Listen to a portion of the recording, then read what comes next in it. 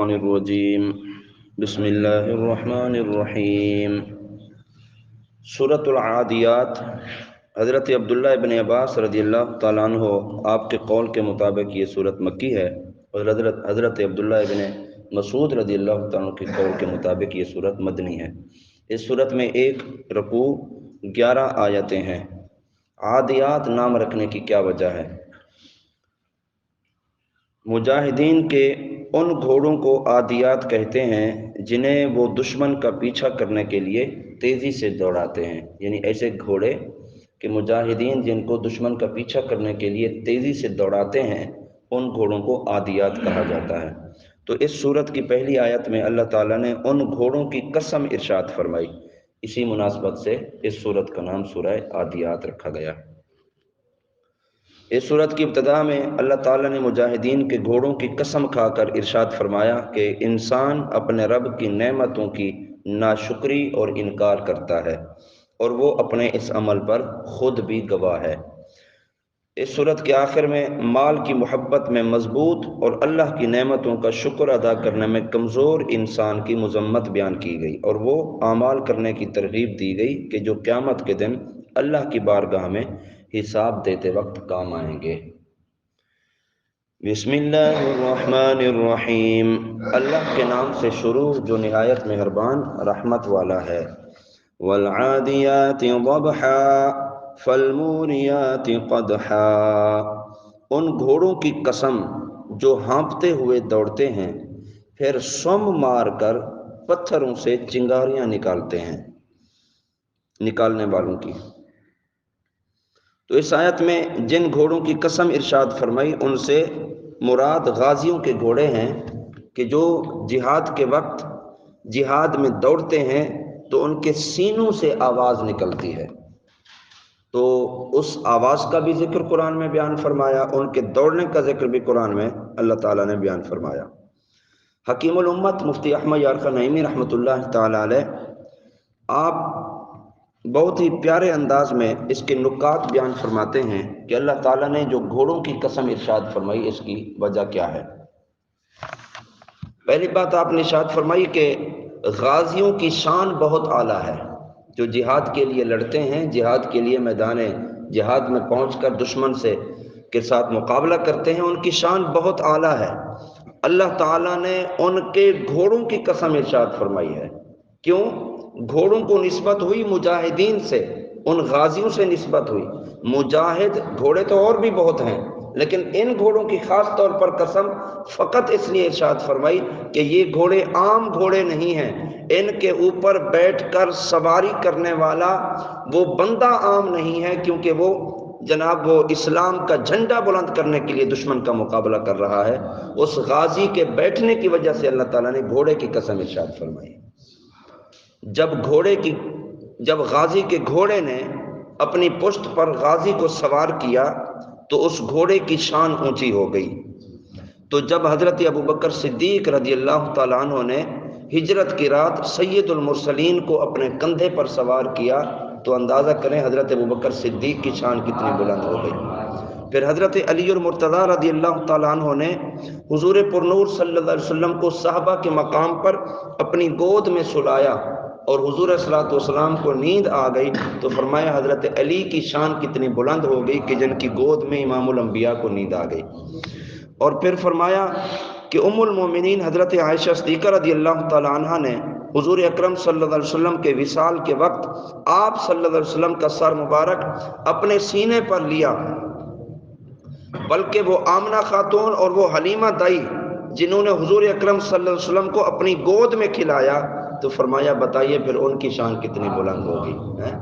تو رب العالمین جب ان گھوڑوں کی قسم ارشاد فرما رہا ہے کہ گھوڑوں پر غازی بیٹھا اور غازی نے دشمن اسلام کو للکارا اور اسلام کا جھنڈا بلند کیا، اللہ جب گھوڑوں کی شان بلند کر رہا ہے تو جن سینوں پر محبوب کریم کا سر لگا، جن گودوں میں حضور نے آرام فرمایا، جن قدوں پر حضور سوار ہوئے، پھر ان کی شان کتنا بلند اور بالا ہے۔ اللہ اکبر۔ تیسری بات ارشاد فرمائی کہ جب غازی کے گھوڑے کی سانس برکت والی ہے کہ اللہ تعالیٰ اس کی قسم ارشاد فرماتا ہے، تو جو اللہ کا ذکر کرنے والے ذاکرین ہیں اس کی سانس میں کتنی برکت ہوگی۔ اس لیے کہ جب ذکر کرنے والا جب پھونک مارتا ہے، اللہ تعالیٰ اس پھونک میں بھی شفا رکھ دیتا ہے۔ کیوں؟ اس کی زبان اللہ کے ذکر سے تر ہے، وہ ہر وقت زبان سے رب کا ذکر کرتا ہے، تو ذکر کرنے کی برکت اللہ تعالیٰ نے اس کی زبان اور اس کی پھونک میں رکھی ہے۔ جب وہ کسی کو پھونک مارتا ہے، اللہ تعالیٰ پھونک میں بھی شفا کر دیتا ہے۔ سبحان اللہ۔ اور فرمایا فالموریات قدحا۔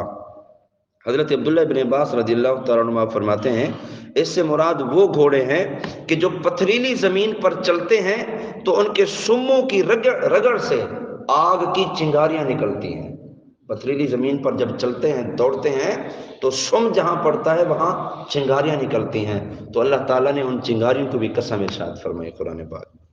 تو یہاں ایک نقطہ بڑا قابل ذکر ہے کہ غازی کے گھوڑے کے سم سے اس پتھر اور اس شعلے کو بھی نسبت ہو گئی، تو یہ بھی اللہ کی بارگاہ میں اتنے پیارے ہو گئے کہ اللہ تعالیٰ نے ان کا بھی قسم میں ذکر فرمایا۔ تو اس سے معلوم ہوا کہ جو اللہ کی بارگاہ کے مقبول بندے ہیں، اگرچہ دور کی نسبت ہی کیوں نہ ہو، بارگاہ الہی میں ان کی بڑی عزت افزائی ہوتی ہے۔ اور دیکھیں نا، ان چنگاریوں کو بھی اللہ تعالیٰ قسم ارشاد فرما رہا ہے کہ جو گھوڑے کے سم لگے وہاں سے چنگاریاں نکلی، اللہ ان چنگاریوں کو بھی قسم ارشاد فرما رہا ہے۔ غازی تو اوپر بیٹھا ہے اور گھوڑا تو بعد میں، کیونکہ چنگاریوں کو نسبت ہے گھوڑے کے سم سے، گھوڑے کے سم کو نسبت ہے گھوڑے کی ٹانگ سے، گھوڑے کی ٹانگ کو نسبت ہے گھوڑے کے وجود سے، گھوڑے کے وجود کو نسبت ہے غازی کے جسم سے۔ تو جب غازی اس گھوڑے پر بیٹھا تو پھر وہ گھوڑا بھی شان والا، اس کا سم بھی شان والا، اور اس کی چنگاریاں بھی شان والی ہو گئی۔ سبحان اللہ۔ فالمغیرات صبحا فأثرن به نقعا فوسطن به جمعا۔ پھر صبح کے وقت غارت کر دینے والوں کی، پھر اس وقت غبار اڑاتے ہیں، پھر اسی وقت دشمن کے لشکر میں گھس جاتے ہیں۔ تو ان آیات مبارکہ کا خلاصہ یہ ہے کہ اللہ تعالیٰ نے ان گھوڑوں کی قسم ارشاد فرمائی کہ جو صبح کے وقت اسلام کے دشمنوں پر حملہ کر دیتے ہیں، پھر اس وقت دوڑتے ہوئے غبار اڑاتے ہیں، پھر اسی وقت دشمن کے لشکر میں بے خوف گھس جاتے ہیں۔ مجاہدین اسلام جب اسلام کے کسی دشمن پر حملہ کرنے کا ارادہ کرتے تو رات کو سفر کرتے تھے۔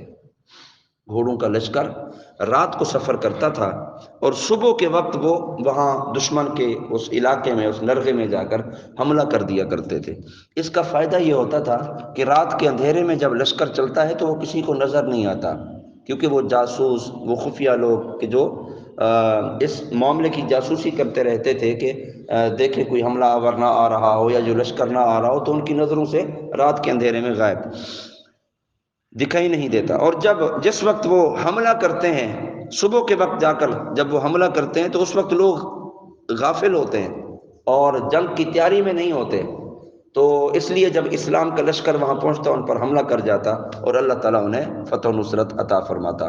تو اللہ تعالیٰ نے اس وقت کی قسم ارشاد فرمائی کہ جب جناب صبح کے وقت جا کر وہ دشمن کی صفوں میں جا کر حملہ کرتے ہیں۔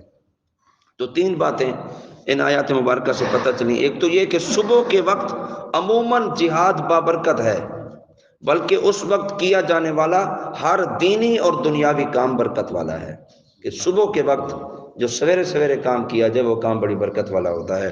دوسری بات، جہاد کے وقت گھوڑوں کے دوڑنے سے جو غبار اڑتا ہے وہ بھی اللہ تعالیٰ کو بہت پیارا ہے، کیونکہ وہ اللہ کی راہ میں اڑنے والا غبار ہے۔ اور تیسری بات، دشمن کے لشکر میں بے خوف گھس جانا، یہ بھی اللہ تعالیٰ کو بہت پیارا ہے کہ اپنی جان کی فکر نہیں، صرف اسلام کی فکر ہے۔ اسلام کے جھنڈے کو بلند کرنے کے لیے دشمن کی صفوں میں بے خوف و خطر کود پڑتے ہیں، تو اللہ رب العالمین انہیں کامیابیاں عطا فرماتا ہے۔ وما علینا الا البلاغ۔